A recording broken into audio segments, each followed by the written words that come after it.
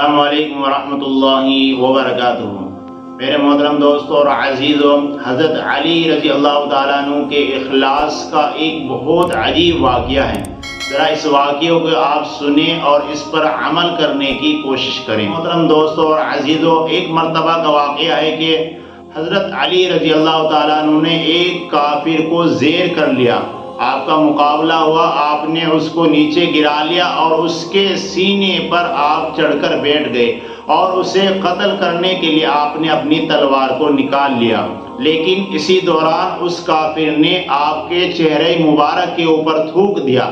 تھوکنے کے بعد آپ اور زیادہ غصے ہو گئے اور آپ کے نفس کے اندر ایک غضبناک، لیکن اسی دوران کیا ہوا کہ حضرت علی رضی اللہ تعالی عنہ نے اپنی تلوار کو میان میں رکھ لیا اور اس کافر کے سینے سے اتر گئے اور اس کو قتل کرنے سے اپنے ہاتھ کو روک لیا۔ ابھی کافر نے حضرت علی رضی اللہ تعالیٰ عنہ سے معلوم کیا کہ امیر المؤمنین، کہ میری اس گستاخی کے بعد تو آپ کو فوراً مجھے قتل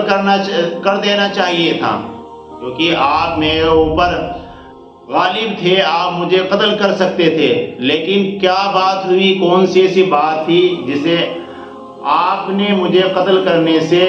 رک گئے ہیں اور مجھے قتل نہیں کیا ہے؟ حضرت علی رضی اللہ تعالیٰ عنہ نے کیا فرمایا ہے؟ حضرت علی رضی اللہ تعالیٰ عنہ نے فرمایا کہ اے کافر، پہلے میں تجھے اللہ کی رضا کے لیے قتل کر رہا تھا، لیکن جیسے ہی تو نے میرے اوپر تھوکا تو تھوکنے کے بعد اس میں میرے نفس کو غصہ آ گیا، میرا نفس غضبناک ہو گیا۔ اب اگر میں تجھے قتل کروں تو یہ قتل کرنا گویا کہ میرے نفس کے تقاضے کی بنا پر ہوتا،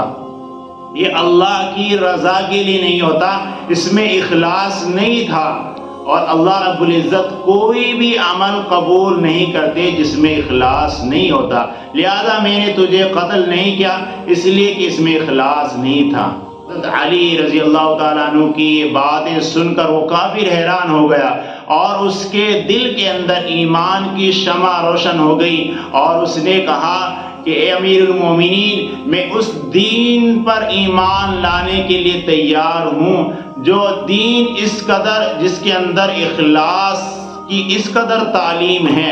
اور وہ دین یقیناً سچا ہے۔ اس کے بعد اس کافر نے حضرت علی رضی اللہ تعالیٰ عنہ کے ہاتھ پر ہی کلمہ پڑھ لیا اور یہ ایمان لے آیا۔ تو یہ ہوتی ہے اخلاص نیت۔ کوئی بھی انسان کیسا بھی عمل کرے، اس میں اگر اخلاص ہو، اللہ کی رضا کے لیے وہ کام ہو، تو یقیناً وہ کام کامیاب ہوتا ہے۔ اور جس عمل کے اندر انسان تکبر میں یا کوئی بھی کام انسان کر رہا ہے لیکن اس میں دکھلاوا ہے، اس میں اخلاص نہیں ہے، وہ اللہ کے یہاں بالکل قبول نہیں کیا جاتا۔ ہاں، آپ عبادت کر رہے ہیں اللہ کی، لیکن اگر اس میں اخلاص نہیں ہے، مثال کے طور پر آپ تسبیح پڑھ رہے ہیں، سبحان اللہ کہہ رہے ہیں، کچھ بھی کہہ رہے ہیں، اور آپ کی نیت یہ ہے کہ لوگ مجھے بڑا اللہ والا سمجھیں گے،